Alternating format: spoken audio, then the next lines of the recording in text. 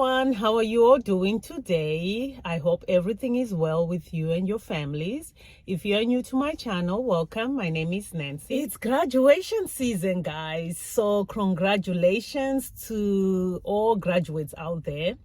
School is not easy, we know. So congratulations to you. This season can be filled with mix of emotions, both good and bad.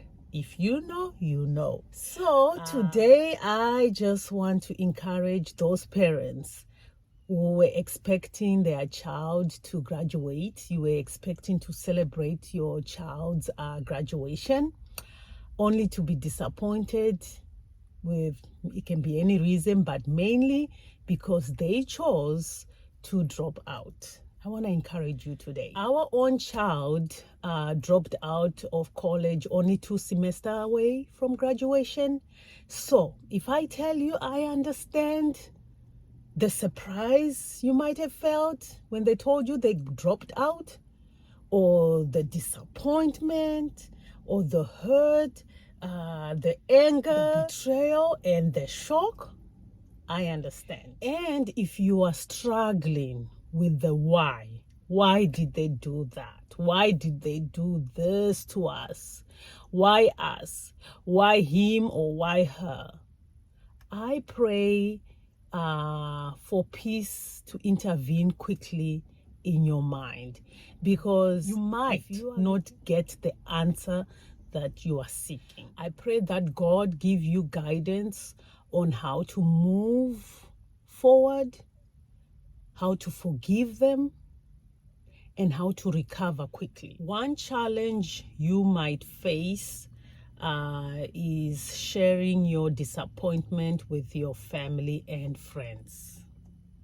You might wonder whether to either lie to them or avoid them, because you are trying to protect yourself from the embarrassment. And then there are those graduation parties that you are being invited to.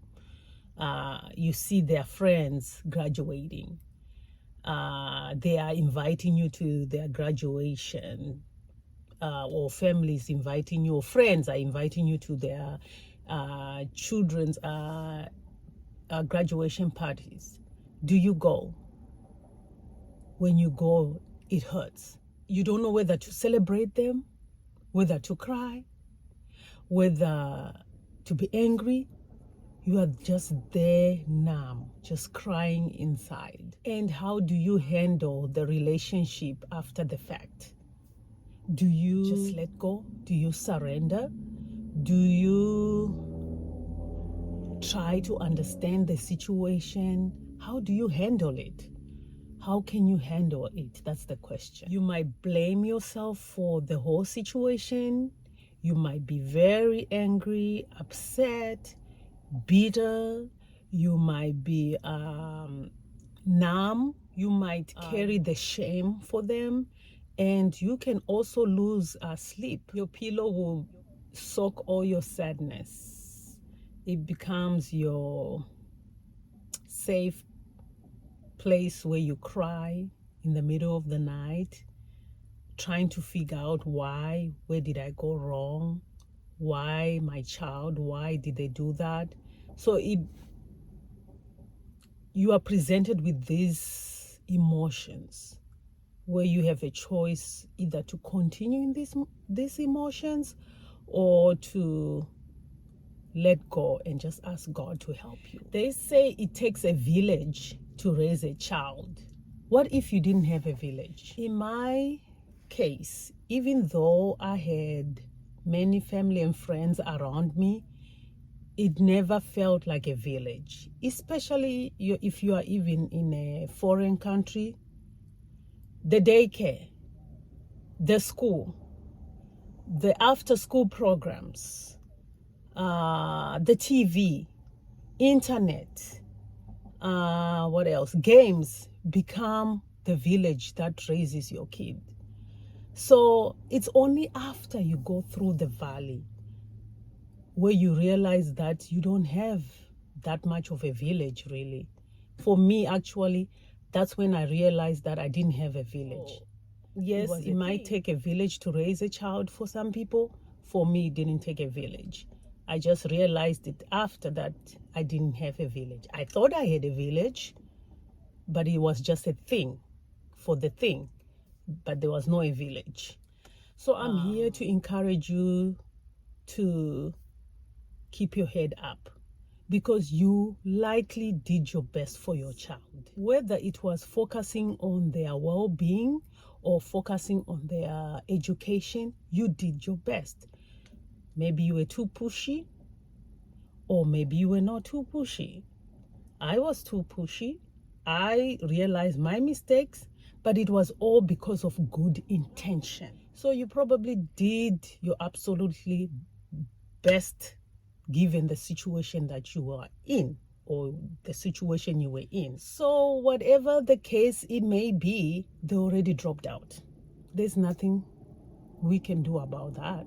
They already dropped out. They didn't graduate. So should you torture yourself because they dropped out? I don't think so. The pencil is in their hands. They have a choice to rewrite their story. They have a choice to redo whatever mistakes they have made, or be willing to face whatever outcome life brings to them. It's their choice. You can only guide them. But if they refuse your guidance, then you just have to remind them that the pencil is in their hands to write their own story the way they want to see it happening. If they write it in a way that is disappointing, then that's on them. That's not on you. Whether they start over or whether they move forward, the choice is theirs. You are not the first parent, nor will you be the last parent to experience this.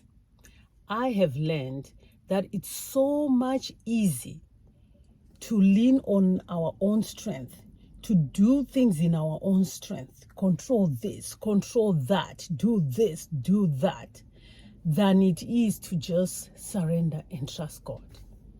Because I'm thinking, if I surrender and trust God, it's going to take forever.